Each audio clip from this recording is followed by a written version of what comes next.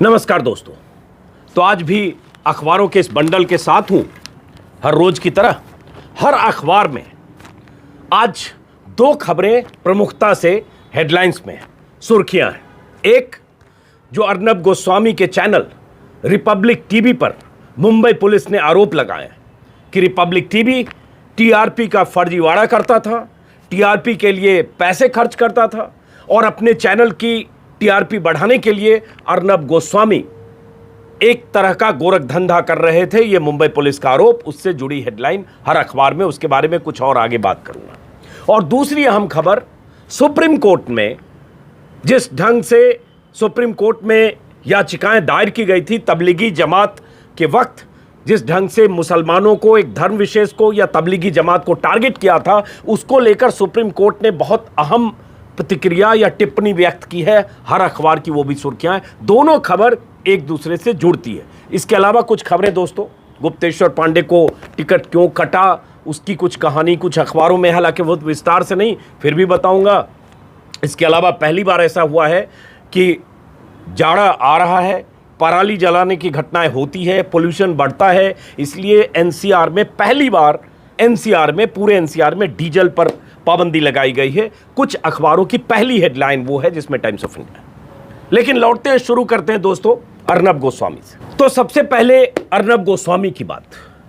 अर्नब गोस्वामी पर मुंबई पुलिस ने जो आरोप लगाया है, अखबारों की सुर्खियां हैं, जानकारियां हैं। कल 2 वीडियो मैंने बनाया था, आपने देखा होगा। लेकिन उन आरोपों के बाद अर्नब गोस्वामी ने जो जवाब दिया है, जिस जवाब में अर्नब गोस्वामी ने, उनके चैनल ने कहा है ये सनातन धर्म या सनातन समाज के खिलाफ साजिश है। अर्नब गोस्वामी का चैनल लगातार ये कह रहा है कि राष्ट्रवादी पत्रकारिता के खिलाफ साजिश है, लगातार ये कह रहा है कि ये रिया मीडिया का हमला है, रिया मीडिया की साजिश है। तो सवाल ये उठता है, खबरें बताने से पहले, अखबारों की सुर्खियां दिखाने से पहले सवाल ये उठता है कि अर्नब गोस्वामी पर अगर फर्जीवाड़े के आरोप लगते हैं, पुलिस अगर सबूतों के साथ, मुंबई पुलिस के कमिश्नर प्रेस कॉन्फ्रेंस करते हैं और बीते 3-4 सालों से जिस तरह की पत्रकारिता कर रहे हैं वो दुनिया देख रही है, एजेंडे वाली पत्रकारिता, सरकार की चापलूसी वाली पत्रकारिता, हिंदू मुस्लिम में जहर बोने वाली पत्रकारिता और सुशांत के नाम पे जो कुछ किया 3 महीने से, उन सब को एक्सपोज होने के बाद, उन सब के एक्सपोज होने के बाद अर्नब गोस्वामी अगर ये कहते हैं कि मुंबई पुलिस ने उनके खिलाफ इसलिए मामला बनाया या उन्हें फंसाने, बदनाम करने की कोशिश की क्योंकि वो जस्टिस फॉर सुशांत की लड़ाई लड़ रहे थे और ये लड़ाई बंद नहीं करने वाले, यही ललकार रहे हैं, तो सवाल उठता है जस्टिस फॉर सुशांत में हुआ क्या? क्या नतीजे आ रहे हैं? एम्स की रिपोर्ट क्या कह रही है? सीबीआई के हवाले से क्या खबरें आ रही है? एनसीबी के हवाले से क्या खबरें आई और हाईकोर्ट ने कैसे जमानत देते वक्त क्या कहा है? क्या आपको पता नहीं है? और जब ये सारी चीज़ें सामने आ रही है कि जो एजेंडा आप चला रहे थे वो एजेंडा गलत था, वो आपका पूर्वाग्रह था, आप सुपारी जर्नलिज्म कर रहे थे, तब आज आप कहते हैं कि आप लड़ाई लड़ते रहेंगे, आप कत्ल की मांग करते, 302 की मांग करते रहेंगे। तो सवाल ये उठता है कि जब आप फंसते हैं, जब आपकी पत्रकारिता पर सवाल उठते हैं और जब आपकी टीआरपी के लिए गोरख धंधे का खुलासा होता है सबूतों के साथ, जो मुंबई पुलिस ने कहा है, तब अर्नब गोस्वामी अगर कहते हैं कि सनातन समाज के खिलाफ साजिश है, कुछ साधुओं को बिठाकर चैनल पर यह बताने की कोशिश करते हैं, तो सवाल यह है कि क्या अर्नब गोस्वामी किसी पीठ के पीठाधीश्वर है? क्या अर्नब गोस्वामी कहीं किसी अखाड़े के महामंडलेश्वर है? क्या अर्नब गोस्वामी किसी पीठ के शंकराचार्य हैं? क्या अर्नब गोस्वामी उज्जैन या इलाहाबाद, प्रयाग या हरिद्वार के किसी मठ के महंत हैं? क्या है अर्नब गोस्वामी? कि अर्नब गोस्वामी की पत्रकारिता पर सवाल उठते हैं।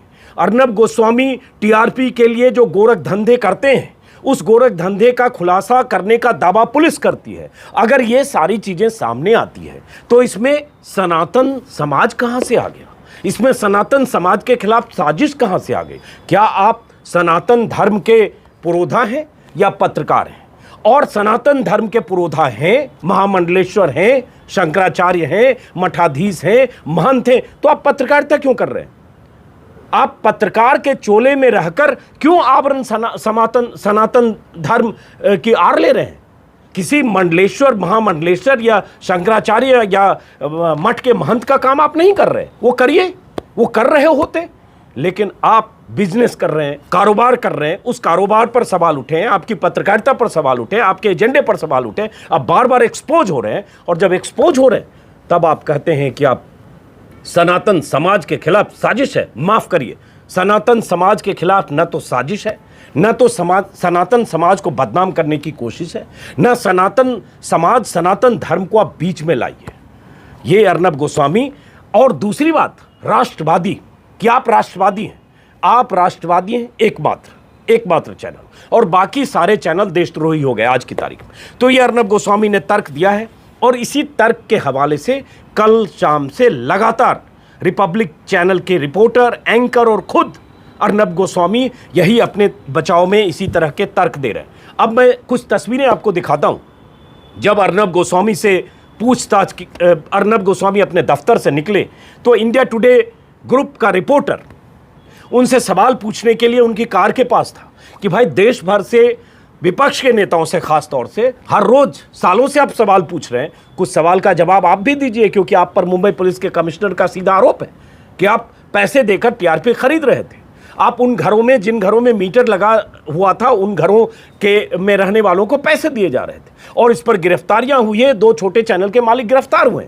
तो अर्नब गोस्वामी उन सवालों से बचते हुए और बाउंसर्स की सुरक्षा में निकले, और अर्नब गोस्वामी के बाउंसर्स ने जिस तरह का बिहेवियर किया है पत्रकार के साथ, वो भी दिखता है। मैं आपको कुछ तस्वीरें दिखा रहा हूं, आप ये तस्वीरें देखें, इससे अंदाजा लगेगा। स्क्रीन पर डाल रहा हूं ये तस्वीरें, उस रिपोर्टर के साथ बदसलूकी की तस्वीर है जो इंडिया टुडे का रिपोर्टर अर्नब गोस्वामी से सवाल पूछने की कोशिश कर रहा है। India Today's reporter was physically picked up by bouncers of Arnab Goswami and shoved to the side.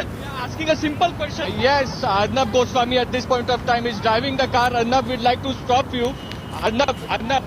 Yes, Arnab.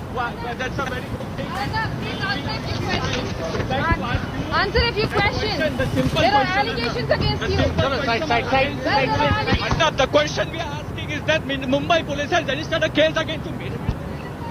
Mumbai police has registered a case against you. We are asking a simple question, Arnab. Mumbai police has registered a case against you. What do you have to say? What do you have to say? What do you have to say? Mumbai police has registered a case against you, Arnab. What do you have to say?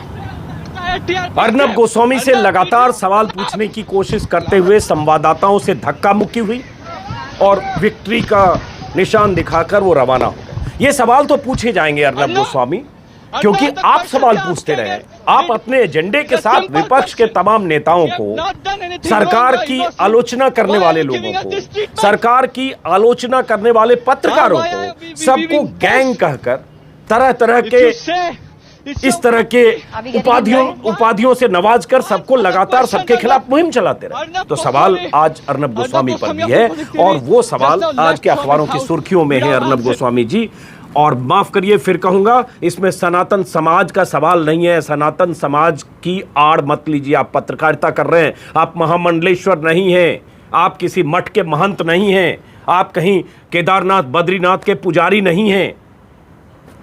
उनका काम वो कर रहे हैं, आप उनके मठ महंत और सनातन धर्म की आड़ लेकर अपने इस गोरख धंधे को छिपाने, बचाने, और आपके खिलाफ कोई कार्रवाई होती है उससे बचने के लिए इन शब्दों का कवच ओढ़ने का काम मत करिए।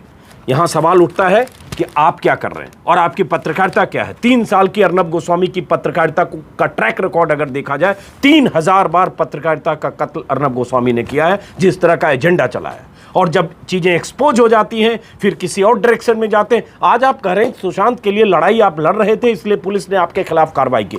मुंबई पुलिस से आपकी तनातनी, उद्धव ठाकरे से आपकी तनातनी सर्वविदित है, लेकिन सुशांत का जिक्र जब आप करते हैं कि आप सुशांत के लिए इंसाफ की लड़ाई लड़ रहे थे इसलिए ये हो रहा है, तो सुशांत के केस में तो सच्चाई कुछ और सामने आ रही है, और ये सच्चाई केंद्र की एजेंसियों के हवाले से आ रही है। केंद्र की एजेंसी मतलब अमित शाह और मोदी की एजेंसी, उन एजेंसियों के हवाले से खबर आ रही है। सीबीआई से लेकर एम्स से लेकर अलग अलग एजेंसियां जो जांच कर रही है कि भाई सुशांत ने खुदकुशी की, कत्ल का मामला नहीं है, तो आप किसको जिम्मेदार ठहरा कर किसके खिलाफ साजिश का मामला आप बताना और बेचना चाहते हैं? तो आप अमित शाह और मोदी की तस्वीर लगाइए और कहिए कि ये 2 लोग हैं जो सुशांत के केस में इंसाफ नहीं दे रहे, उनके खिलाफ मुहिम चलाइए, क्योंकि एजेंसियां उनकी जांच कर रही है। तो अखबारों की हेडलाइन है और उसके बाद अभिव्यक्ति की आज़ादी, जो बड़ा सवाल है, जो कल सुप्रीम कोर्ट ने कहा है, वो भी सुनिएगा। आज के अखबारों की सुर्खियां हैं।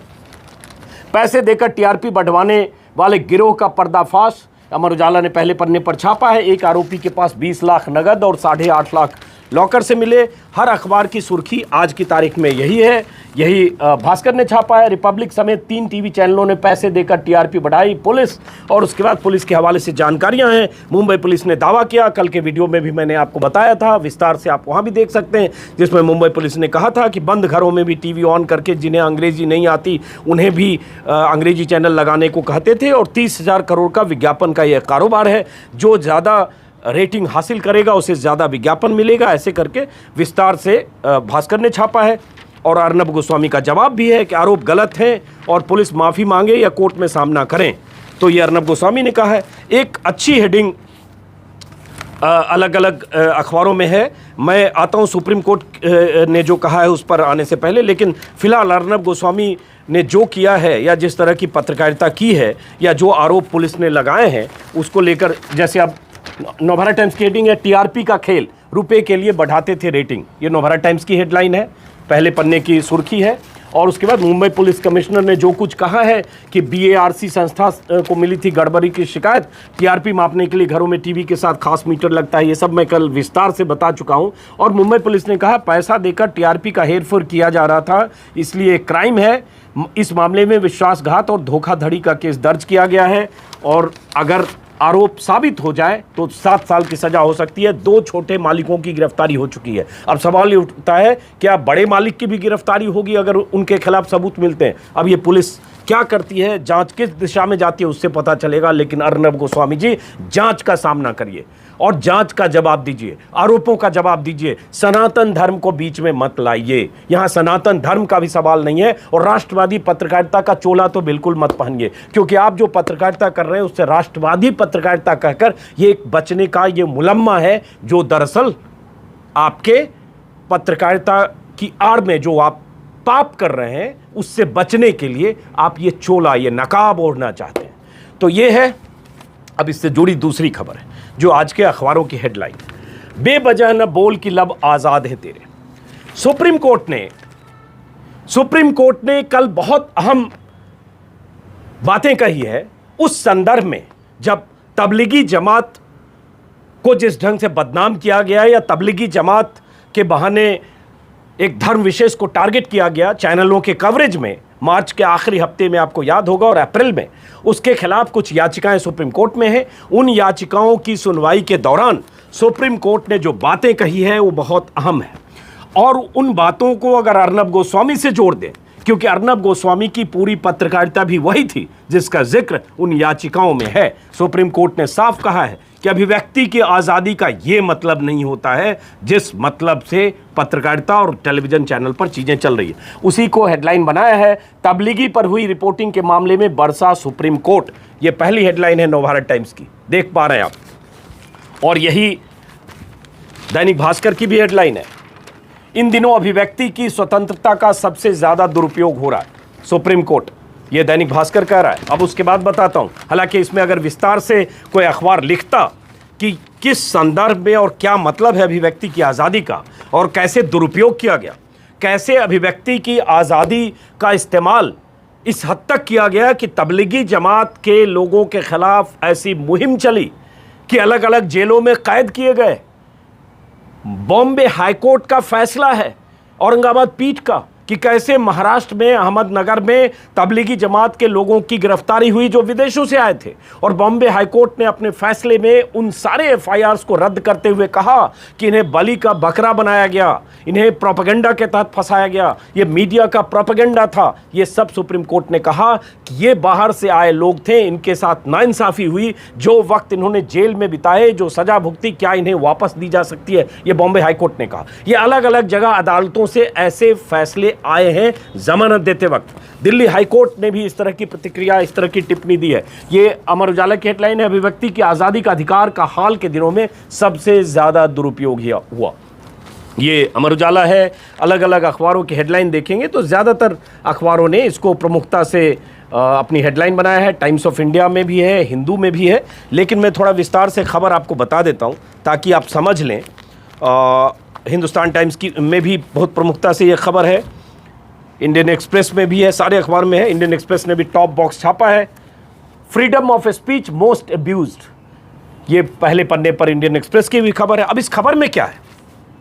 इस खबर में यही है कि जमीयत उलेमा ए हिंद की तरफ से जो याचिकाएं दी गई थी, उन याचिकाओं पर सुप्रीम कोर्ट में सुनवाई हो रही है और उसमें सरकार की तरफ से जो पक्ष रखा गया, जिस पक्ष पर आपत्ति दर्ज की है जमीयत के वकील ने, और उसी की बहस के दौरान, सुनवाई के दौरान सुप्रीम कोर्ट ने कहा, हालांकि सुप्रीम कोर्ट को नाराज़गी इस मुद्दे पर इस बात पर थी कि केंद्र सरकार द्वारा जो हलफनामा दिया गया, उस हलफनामा के हिस्से पर जब याचिकाकर्ता ने आपत्ति जताई, जिसमें मीडिया को निशाना बनाकर बोलने की आज़ादी को ख़त्म करने की बात केंद्र सरकार की तरफ से कही गई है।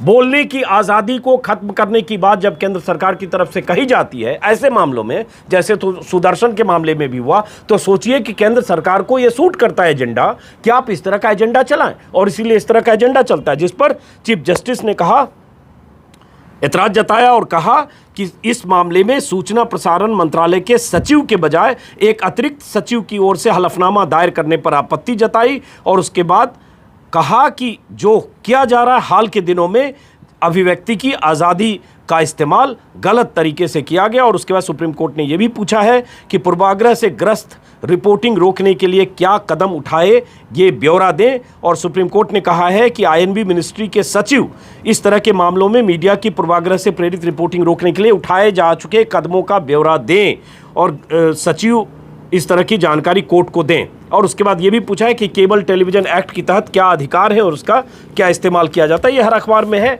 अब जब सुप्रीम कोर्ट भी मान रहा है, और सुप्रीम कोर्ट सुदर्शन टीवी के मामले में भी इसी तरह की बात कह चुका है, तो आप समझ सकते हैं। और हर मामले में सरकार बचाव में खड़ी हो जाती है अदालत में, हर मामले में इसलिए बचाव में खड़ी हो जाती है क्योंकि ये उनका हिंदू मुस्लिम का एजेंडा और बाकी भी जो एजेंडा है, वो सारे एजेंडे को आगे पोषित करके ये चैनल्स बढ़ाते हैं।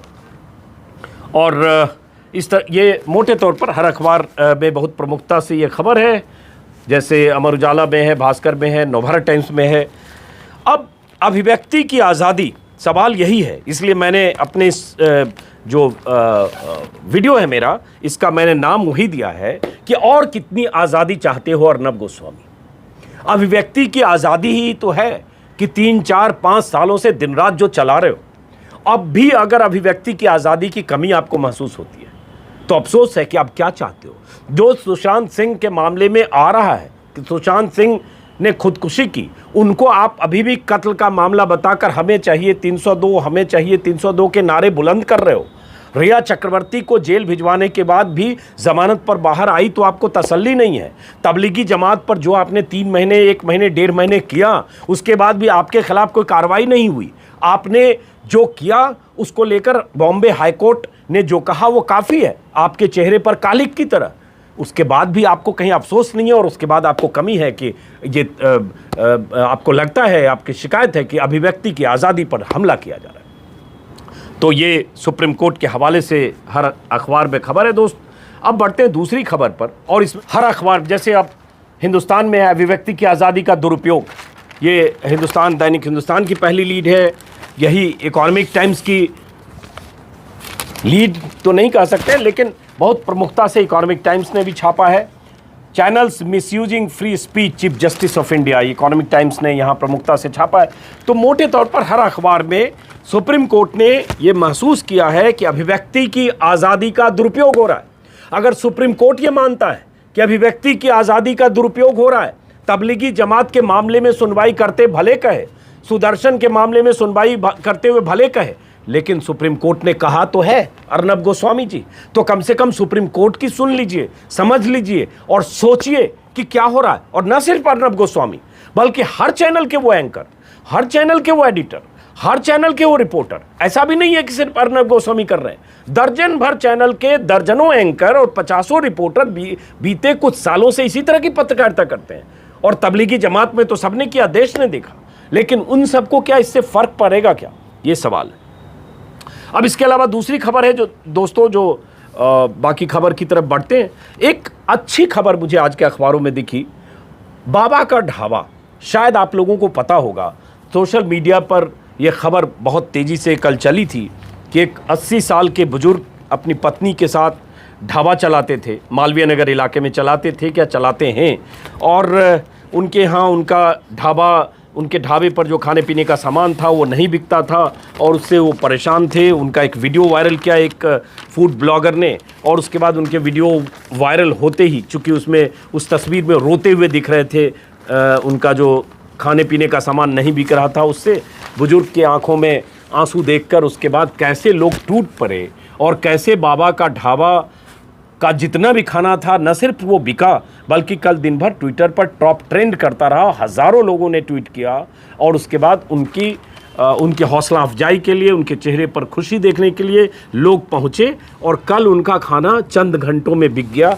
वही तस्वीर के साथ हर अखबार में है, नवभारत टाइम्स में, अमर उजाला में, हिंदी अंग्रेजी हर अखबार में है। चूँकि एक मानवीय पहलू की खबर है, हो सकता है सोशल मीडिया के ज़रिए आप तक पहुंची होगी, लेकिन लगा मैं उसका जिक्र करूं।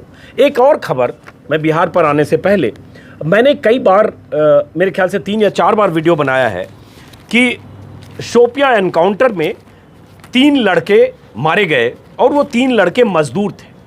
वो 3 लड़के अपने घर से अपने परिजनों को ये कहकर निकले थे, लॉकडाउन में रिलीफ जब हुआ, कमाई के लिए जा रहे हैं, और वो राजौरी के रहने वाले थे। शोपियां पहुंचे, वहां ठहरे और उसके बाद एनकाउंटर में मार दिए गए। पूरी बात मैं कई बार वीडियो में बता चुका हूं। उसमें एक खबर जो इंडियन एक्सप्रेस ने पहले पन्ने पर छापी, अमर उजाला में सिंगल कॉलम है कि जम्मू कश्मीर के एलजी मनोज सिन्हा, ये मानवीय चेहरा है, अच्छी बात है, मनोज सिन्हा उस परिवार से मिलने पहुंचे। उन 3 परिवारों से, तीनों रिश्तेदार हैं, उन 3 परिवारों से जिनके 3 लाडले सेना की गोलियों से मारे गए, आतंकवादी कहकर उन्हें मारा गया।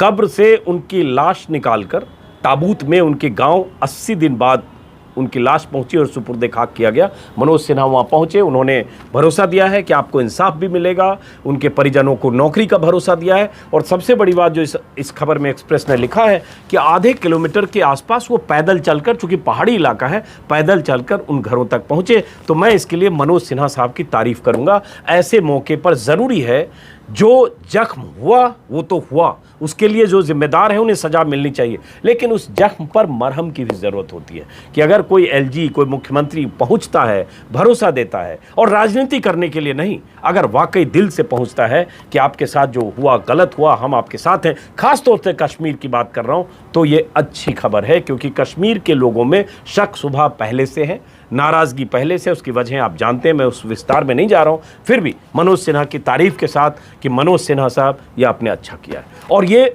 बीजेपी के बहुत सारे नेता ये नहीं करेंगे, क्योंकि इसमें उनको एक जो उनका एजेंडा हो नहीं सकता है, लेकिन मनोज सिन्हा थोड़े अलग है, वो इस खबर से दिखती है। अब खबर कुछ अखबारों में गुप्तेश्वर पांडे को लेकर है। गुप्तेश्वर पांडे को लेकर मैंने कल भी एक वीडियो बनाया था। आज गुप्तेश्वर पांडे को लेकर कुछ अखबारों में खबर है कि गुप्तेश्वर पांडे को क्यों नहीं मिला टिकट। विस्तार से कहीं जानकारी नहीं है, लेकिन गुप्तेश्वर पांडे से नाराजगी का जिक्र है कि कहीं गुप्तेश्वर पांडे का बड़बोलापन, बयानबाजियां सुशांत के केस में जैसा बढ़ चढ़कर बोलते रहे, कहीं ये सारी वजह तो नहीं हुई। तो इंडियन एक्सप्रेस ने छापा है, संतोष सिंह इंडियन एक्सप्रेस के रिपोर्टर हैं, उनका जिक्र मैं अक्सर करता हूँ, पटना से अच्छी स्टोरी करते हैं, उन्होंने छापा है। कुछ और अखबारों में खबरें हैं कि कैसे एक सिपाही से हार गए, क्योंकि जिन्हें टिकट मिला है वो पुलिस में थे, कुछ साल पहले उन्होंने वीआरएस लिया और अब डीजीपी के मुकाबले उन्हें बीजेपी से टिकट मिल गया और डीजीपी साहब बेटिकट हो गए। ये खबर जैसे भास्कर ने भी पहले पन्ने पर छापा है, टिकट की रेस में सिपाही से मात खा गए पूर्व डीजीपी गुप्तेश्वर पांडे, वीआरएस ले 16 दिन पहले राजनीति में आए थे। एक छोटा सा कार्टून भी छपा है, कैरिकेचर, और उसके बाद पूरी जानकारी है कि कैसे परशुराम चतुर्वेदी को एक टिकट मिला जो सिपाही थे और ये सीट बक्सर की सीट बीजेपी के खाते में गई। गुप्तेश्वर पांडे ने फेसबुक पोस्ट परसों लिखी थी जिसका जिक्र कल के सुबह के वीडियो में था, और कल उन्होंने प्रेस कॉन्फ्रेंस में भी जेडीयू के प्रति अपनी निष्ठा जताई। नीतीश मेरे नेता हैं, जहां इस्तेमाल मेरा करेंगे मैं उसके लिए तैयार हूं। जाहिर है उनके भीतर जो तकलीफ होगी, जो गच्चा खाने की तकलीफ होगी, क्योंकि उन्होंने 2 बार गच्चा खाया, 2 बार वीआरएस लिया, दोनों बार टिकट नहीं मिला। तब बीजेपी से चाहते थे, इस बार जेडीयू से चाहते थे, इस बार तो ऐलान करके बाहर आए लेकिन टिकट नहीं मिला। इस पर फिर एक वीडियो बनाऊंगा, क्योंकि इस पर अभी कुछ सवाल हैं, उन सवालों के साथ एक वीडियो बनाऊंगा। उसके बाद दोस्तों एनसीआर में डीजल जनरेटर को बैन किया गया है। ये टाइम्स ऑफ इंडिया की पहली लीड है। मैं चूंकि एनसीआर में रहता हूं, अब बैन किया गया क्योंकि प्रदूषण पर नियंत्रण करना है। बैन किया गया क्योंकि पराली जलाने की घटनाएं होगी। दिल्ली में धुआं लोगों के लिए जानलेवा होता है, और ऐसे समय में जब ये कोरोना का कहर पहले से है, तो इसलिए ये फैसला किया। जैसे टाइम्स ऑफ इंडिया की पहली लीड है, diesel generator, diesel gensets banned in NCR from October 15 as GRAP enforced.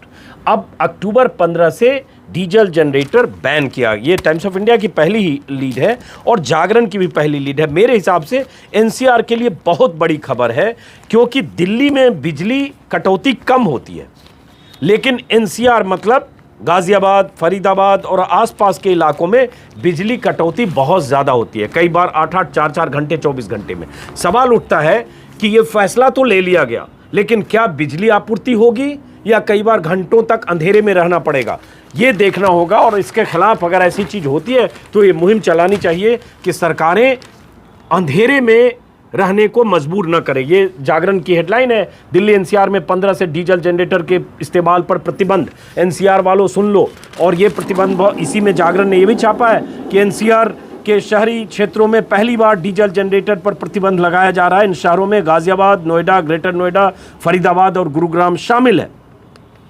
हालांकि इसमें एक बात कही गई है कि राज्य सरकार पर्याप्त बिजली मुहैया कराएगी। ये जागरण ने छापा है। राज्य सरकार, यहाँ 3 राज्य सरकारें हो जाती है। यूपी जो गाजियाबाद नोएडा का इलाका है, फरीदाबाद हरियाणा का हो जाता है, दिल्ली तो है ही।